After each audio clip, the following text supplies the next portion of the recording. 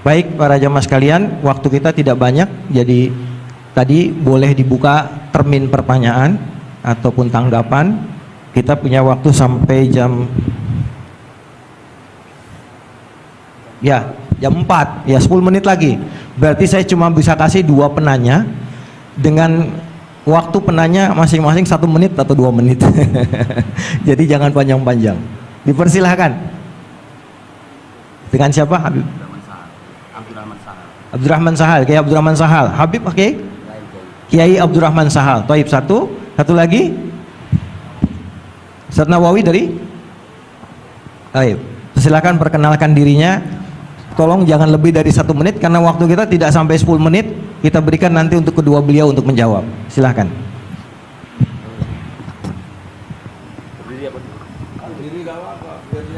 Assalamualaikum warahmatullahi wabarakatuh. Pada Habibana Jindan, Gus Baha dan semuanya, langsung saja mengikuti daripada apa yang disampaikan Gus Baha, yaitu gerakan Cangkem Elek.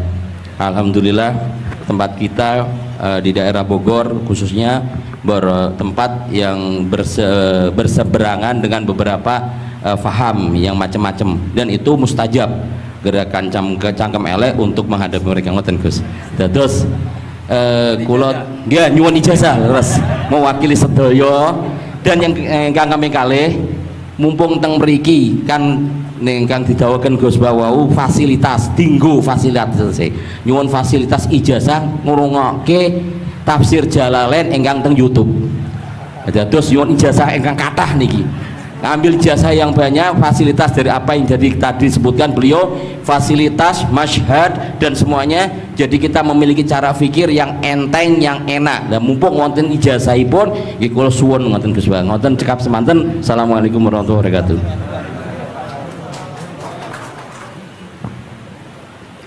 Assalamualaikum warahmatullahi wabarakatuh. Gus Pak, saya Nawawi Bahrudin. Kalau secara organisasi saya dari PCNU Kota Tangerang. Saya Mustasar. Bersyukur sekali saya bisa berjumpa dengan Gus Baha dan Habib Jindan yang beliau ini keduanya adalah idola saya. Kalau boleh ngaku, saya ini ngaku sebagai santri kalong virtual via YouTube Gus Baha dan Habib Jindan. Jadi apa namanya, sejak kecil saya ini dididik secara tradisi tasawuf yang agak tersangat keras begitu ya. Kalau saya boleh cerita nih, ada ponakan saya nih Ustaz Samsuri, kami tuh keluarga besar kami tidak ada yang dulu miara TV Gus, televisi nggak ada, bunga bank juga susah gitu, musik itu haram, speaker nih juga haram nih dulu. Nah perkembangannya kemudian sampai semakin besar, ada idola-idola kami yang agak keras begitu melontarkan kritik kepada pemerintah, yang kemudian itu membuat saya galau gitu ya, kenapa ulama-ulama kita bersikap terhadap pemerintah keras memberikan kritik. Nah saya menemukan jawaban bertemu dengan Habib Jindan via YouTube tentunya dulu ya, walaupun saya kebetulan pernah juga silaturahim, kemudian juga dengan Gus Baha. Ini ada perspektif yang berbeda gitu ya, antara relasi ulama dengan umaro. Pendekatannya itu tidak yang kritik, yang bukan sekedar kritik tapi adalah menghujat. Nah ini saya temukan formula yang sangat menjawab kebutuhan saya pribadi, sehingga istri saya ini udah mulai cemburu sama Gus Baha karena saya terlalu sering nonton YouTube Gus Baha. Gitu. Nah yang kedua, soal sanad ya, salah satu bukti saya pernah dengar cerita Gus Baha, agama itu adalah bir riwayah, oleh karena itu perlu sanad. Nah saya merindukan bersanad dengan Gus Baha nih, tapi kan saya bukan santri yang secara langsung, oleh karena itu dalam kesempatan ini saya ingin minta rukhsah sebetulnya Gus dan Habib, kami ini kalau boleh mewakili diakui sebagai murid Gus Baha, bisa bersanad walaupun dalam pertemuan tatap mukanya saat ini aja baru. Mudah-mudahan ke depan bisa dilanjutkan. Terima kasih Gus. Assalamualaikum warahmatullahi wabarakatuh. Nggak apa-apa Ustadz, sahabat aja sekali ketemu Nabi langsung jadi sahabat kok. Baik, Gus Baha barangkali duluan. Kiai Abdurrahman Sahal, Kiai Ustadz Nawawi. Gus yang bagian ngeleng-ngeleng. Iya. Apa saya Gus? Iya. Begini ya, masalah cangkem elek tadi ya. Bakat tuh sampean? Sudah, alhamdulillah sudah bakat. Karena kalau lewat Habib Jidan tidak pantas, beliau biar sempurna saja, tidak usah sanad itu. Jadi begini, dulu ketika Sulhul Hudaybiyah itu kan umat Islam sedikit sekali, terus dipaksa untuk pulang dari Mekah, tidak boleh umroh.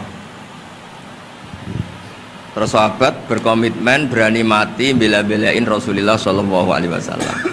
Ketika berani mati ini digojlok sama orang musyrik. Jangan-jangan setelah kami perang betul, kamu meninggalkan Muhammad. Ini yang omongannya orang musyrik. Abu Bakar, itu semua ulama tahu kalimat itu, cuma tidak usah diterjemah. Umsus bidrallat katanya. Itu adalah Abu Bakar yang ngetikan itu. Karena memang ekstrim. Terus kedua, ada orang Bedui itu ngukur seorang nabi itu dengan hal-hal yang kurang baik. Misalnya begini, ya Muhammad, kamu ngeklaim tahu berita langit, coba unta saya yang hilang itu di mana? Katanya tahu berita langit, sekarang tahu nggak unta saya hilang itu di mana? Mobil saya di mana tuh? Begitu juga ketika untanya hamil, bunting itu tanya, Muhammad, kalau kamu nabi katanya tahu berita langit, kamu tahu isinya yang di unta saya ini? Itu ada sahabat yang saking nggak kuatnya demi bela nabi itu, udah kalau tanya gitu tanya saya terus.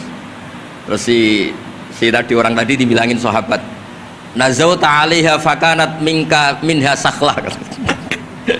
Jadi intinya ini Habib Jintan biar senyum-senyum aja. Jadi intinya kadang ad-difa sama orang-orang gitu mau tidak mau nggak ada pilihan itu. Kalau yang ma'ruf di Quran ya uffil lakum wa lima ta'buduna min dunillah.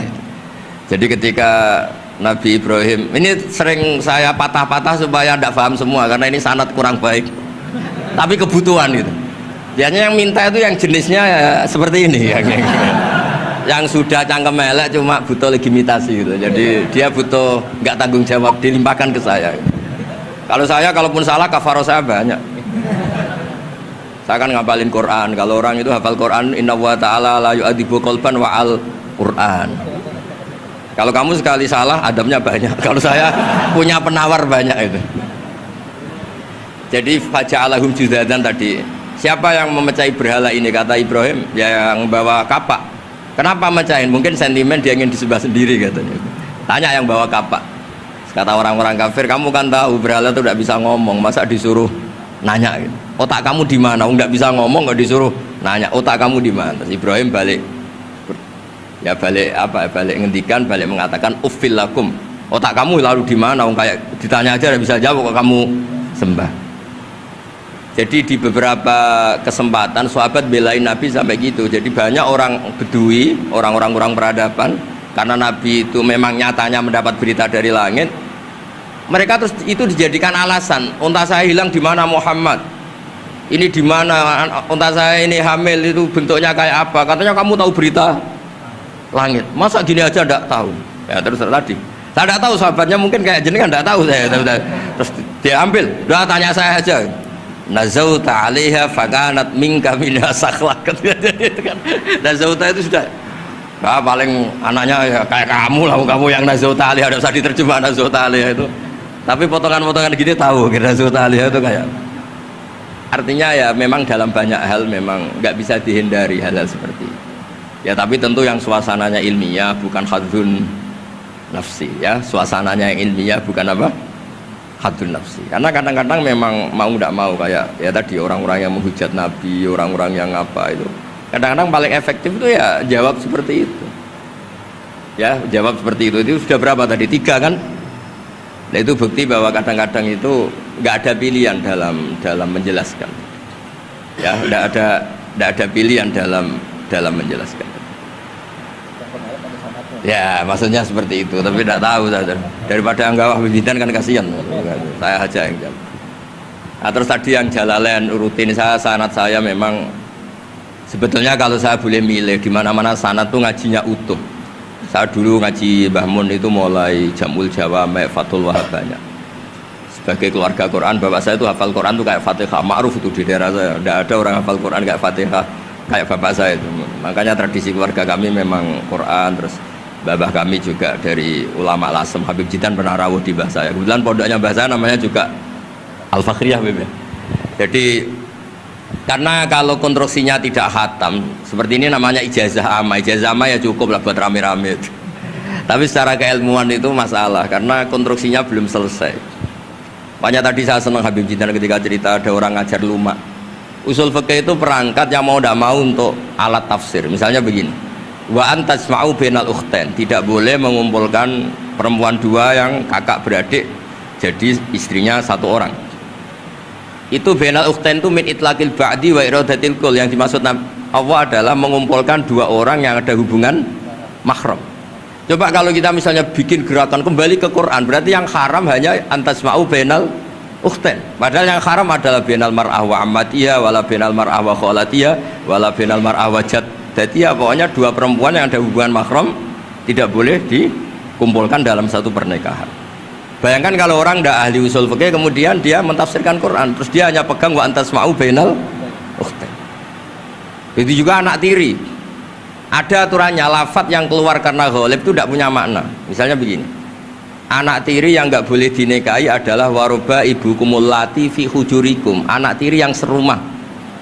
Padahal anak tiri serumah tidak serumah, kalau ibunya sudah kamu kumpulin kan tidak boleh dinikah. Lalu kata fi hujurikum di sini adalah yakhruju makhrujal ghalib, ya umumnya anak tiri itu serumah tapi bukan punya ikatan apa hukum. Nah, hal seperti itu kan riskan kalau kita tidak mengaji usul fikih apa kaidah fikih. Misalnya gini, ada ular di dalam, terus kiainya bilang, Jamal ambilkan tongkat ya. Terus kamu karena gak dipanggil namanya terus gak ngambil tongkat. Oh yang dipanggil Jamal bukan saya, ini santri geblek dah.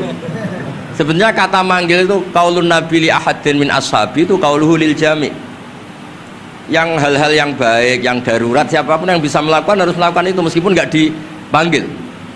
Coba semua wiridan, ya Mu'ad inni uhibbuka fakul dubura kulli sholatin Allahumma a'inni ala dzikrika wa syukrika wa husni ibadatik. Sebagai riwayat fala tada'anna dubura kulli sholat. Terus kamu bilang nama saya ada Mu'ad loh, berarti tidak kena ijazah itu. Itu harus ada analisis usul fikih. Kalau enggak ya habis kita. Semua wiridan tuh ya Abu Hurairah, ya Mu'ad, ya Aba. Nah, terus kamu, saya ada yang diwasiati Rasulullah, ada yang diijazahi, ada bisa. Jadi masalah sana tuh maunya kalau sampean orang baik, ya semua kebaikan tuh saya ijazahkan. Ya tapi tentu beda yang ngaji betulan sama yang ngaji begini-begini itu. Ya memang seperti itu karena kalau ingin jadi ulama konstruksinya memang harus utuh.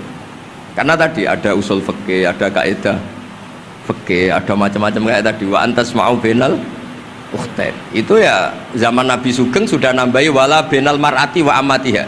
Tidak boleh menikahi istri dan budenya atau bulenya. Nah, kenapa Nabi tidak bilang wala bainal mar'ati wa jaddatiha? Kayaknya orang kelainan kalau kepikiran seperti itu. Loh kalau bule itu masih masuk lah. Ya misalnya istri kamu 17, bulenya 27 kan kok cantik budenya kan masih bisa mikir gitu. Tapi kalau istri kamu 20, mbahnya 80 kok kepikiran itu kan. Sehingga di hadis memang hanya wala bainal mar'ati wa ammatiha wala bainal mar'ati wa kholatiha. Nabi tidak mengatakan wala bainal mar'ati wa jaddatiha. Kayaknya kalau orang normal tuh tidak kepikiran itu.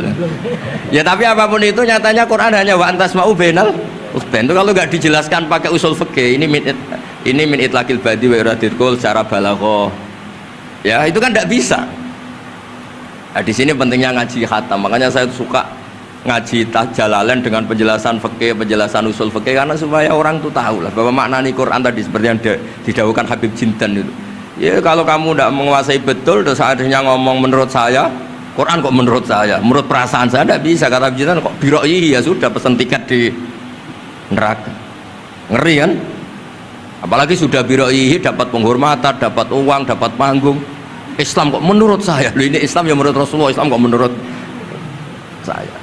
Makanya ini saya fanatik bahwa kitab tadi saya tunjukkan ke Habib Jindan beberapa kitabnya Said Muhammad yang menyebut mbah beliau apa supaya mudawwan. Dulu itu ada orang alim alama namanya Les bin Sa'ad. Kata Imam Syafi'i, "Al-Les afqahu min Malik illa annahu dayya'ahu ashabu." Imam Les secara fikih itu lebih alim dibanding Imam Malik tapi dayya'ahu ashabu. Murid-muridnya enggak menulis. Andai kan Habib Salim tidak punya putra Habib Novel, tidak punya cucu Habib Jindan, mungkin orang enggak bakas lagi Habib Salim. Mbah Zubair andai kan tidak punya putra Mbah Mun, orang juga nggak bakas lagi Mbah Zubair. Bapak saya Kiai Nur Salim, Anda kan tidak punya putra saya, mungkin orang sudah lupa. Dulu ini cerita yang paling ekstrim. Dulu Nabi Ibrahim pernah dikira Yahudi karena punya keturunan Yahuda bin Yakub bin Ishak bin Ibrahim. Ketika Yahuda punya perilaku tertentu seakan-akan itu dari mbah-mbahnya. Baru setelah Rasulullah SAW memaklumatkan ad-dinul hanif, ad-dinul Islam millatun hanifiyah, millata abikum Ibrahim. Baru terpulihkan nama Ibrahim. Makanya kalau dalam nasihat Arab itu kama takarroma bi Muhammadin Adnan. Dulu orang tuh nggak tahu Adnan itu siapa, Qusay itu siapa, Kilab itu siapa. Gara-gara punya cucu yang bernama Rasulullah Muhammad SAW, Sayyidul Khalqi, orang nyari-nyari Abdullah itu siapa, Abdul Muthalib itu siapa, Hashim itu siapa. Akhirnya diketahui Sayyid Abdul itu orang yang ganteng, perilakunya baik. Abdul Muthalib itu orang yang pertama sering makan-makan, ngasih makan orang haji gini-gini. Dikatakan Syaibatul Hamdi karena terus orang ini dikatakan wasumi afisul bin Nabi sallallahu alaihi wasallam dzakara wa ta'ala walabba. Ini dikatakan Qusay litaqasi fi biladi qudatal qasiya. Terus dikatakan Kilab likasrati takalubi fil ardi karena orangnya aktif, sering berjuang di mana-mana. Terus jadi makanya kalau jenengan punya anak, punya cucu, doakan jadi orang baik. Karena status Anda ini tertera cucu-cucu Anda. Lho nggih misalnya bapaknya sampean alim terus putune nak domino di situ, mabuk-mabuk di situ. Itu disatakan makam keramat apa tempat mabuk.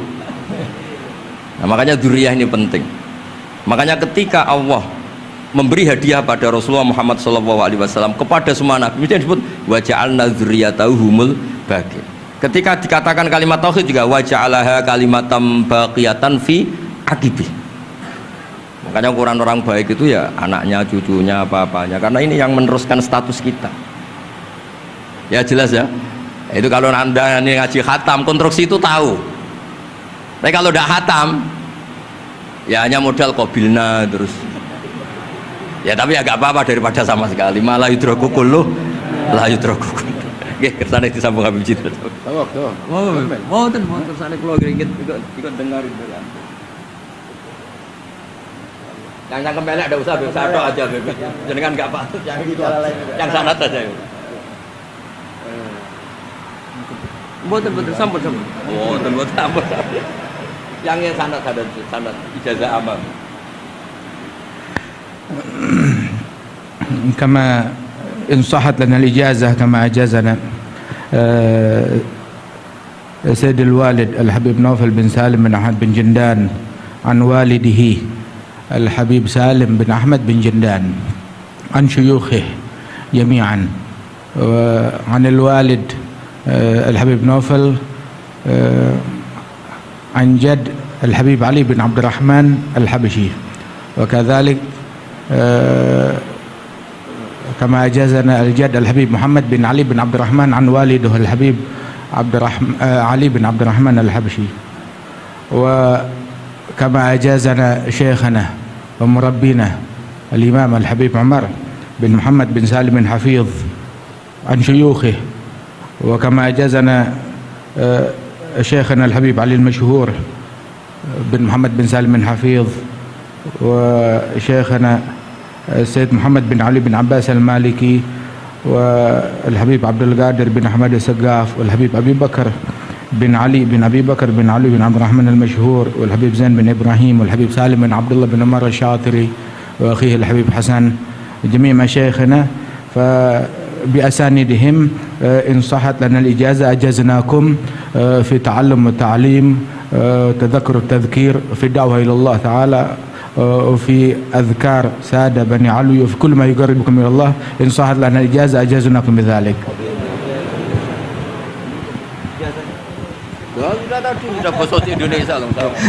Jadi ijazahnya Gus Baha pakai bahasa Indonesia kan. Jadi kita belum qabil tuh tadi. Insyaallah ya, insyaallah. Ada al-iznu bima'na al-ijazah, insyaallah. Jadi sudah diizinkan, yaitu ijazah cangkem elek tadi dengan ijazahnya pengajian beliau lewat medsos, insyaallah bil izin ya. Karena kalau kita mengaji kitab itu tidak perlu ijazah lagi sebetulnya kalau udah qiraatan ala syekh bimana iznuhu wa ijazatuhu insyaallah. Dan sanadnya tadi sudah diberikan juga oleh Habib Jindan dari para guru beliau, dan mudah-mudahan kita beroleh manfaat dan barokah dengan majelis ini. dengan begitu banyaknya ilmu dan ma'rifah yang kita peroleh, bahkan kita julus mujalasatul alim, ini termasuk juga dalam kebaikan yang kita dapatkan di hari Asyura ini. Dan karena di dalam Asyura itu ada zur aliman, ziarahi orang alim, dan kita sudah melakukan itu dengan ziarahnya dengan Habib Jindan dan Gus Baha. Dan insya Allah mudah-mudahan kita semua pulang ini beroleh banyak gembolan pahala ya, insya Allah. Iya, gembolan pahala dan ijazah dari kedua beliau insya Allah. Ya.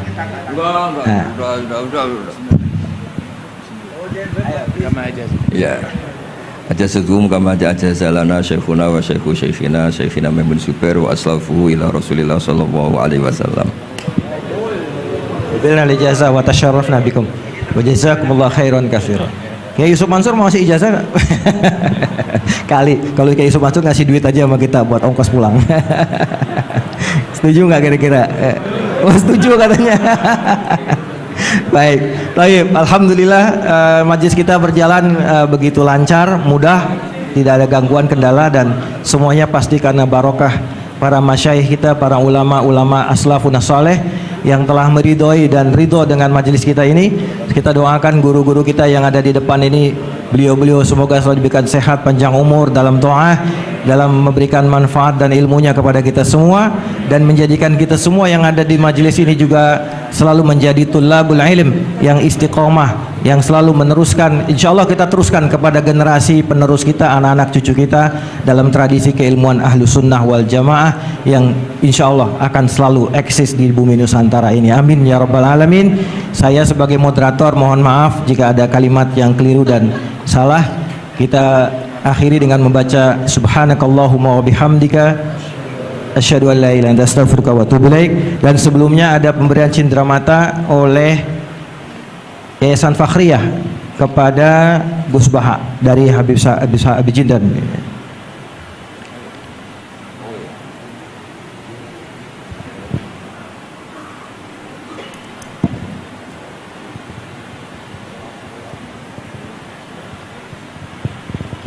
Sallu ala Nabi Muhammad.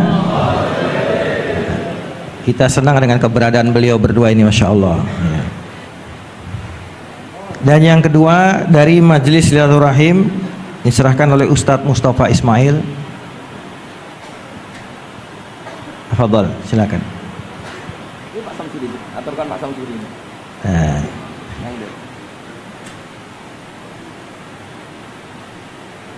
Ini pelakat nih, banyak ini.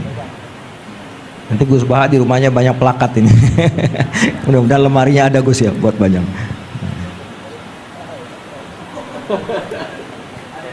Buat Habib Jindan juga, dan buat Gus Baha. Baik.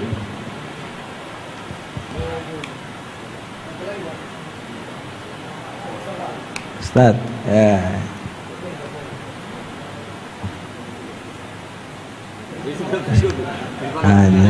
Saking girangnya sama Gus Baha sampai lupa plakatnya mau dikasih. Salaman duluan, plakatnya belum. Baik. Baik, alhamdulillah, alhamdulillah. Alhamdulillah kita tutup majelis kita, dan sekali lagi kami mohon maaf atas segala kesalahan dan kekurangan. Hadanallahu wa iyyakum ajmain.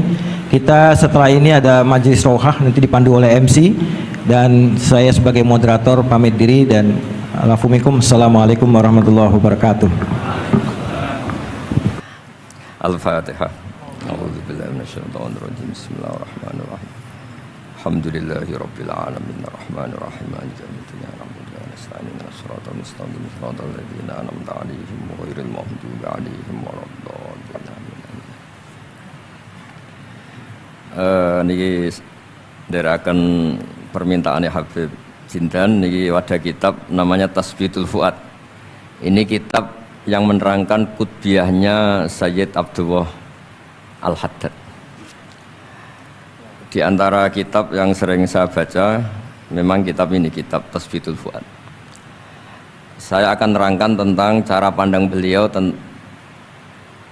an kalimati la ilaha illallah Muhammadur Rasulullah. Kata beliau, kalimat ini mudah sekali karena makul. Misalnya begini ya, kita secerdas apapun terus disuruh melogika bahwa alam ini diciptakan oleh ketiadaan, bisa enggak? Enggak bisa kan?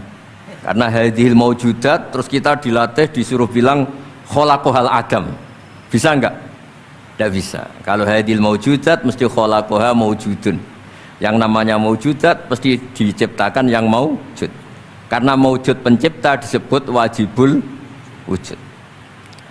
Jadi kalau kalimat ini sampai enggak bisa, itu karena salahnya sendiri. Makanya di hadis Bukhari, setiap ada orang musyrik masuk neraka, kata Allah, aradtu minka ahwana min dalik. Sebagian riwayat aisara min dalik. Hanya aisar itu, kita disuruh menahankan Fir'aun itu kan berat. Wong Tuhan kok mati, wong Tuhan kok tenggelam, susah, secara logika susah. Tapi kalau disuruh menuhankan Allah itu gampang sekali. Wal kabirul muta'al, wal ghaniyyu, huwa ala kulli syai'in qadir. Jadi hadatin dinun yusrun. Karena apa? Logikanya gampang sekali. Sebab itu diantara kenangan kula Mbak Syed Abdul Haddad cara menerangkan tauhid, tauhid itu justru mudah. Yang enggak mudah itu tasyrik.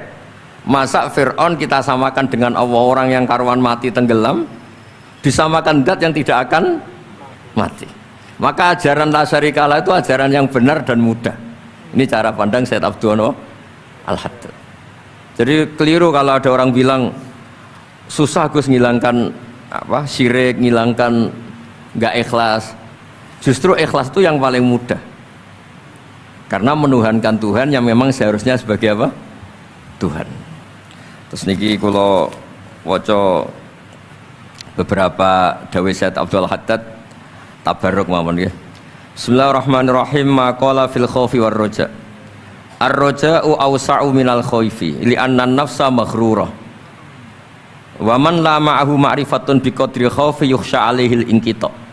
Jadi kita ini kalau terlalu khawatir, kita sholat jangan-jangan enggak diterima, kita sholat jangan-jangan husnul khotimah, apa suul khotimah, kita sudah dekat kiai, dekat habib, jangan-jangan tetap suul khotimah.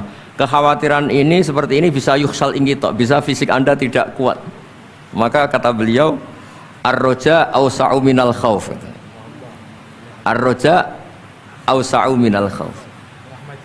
Wa rahmati wasi'at kulli syai'.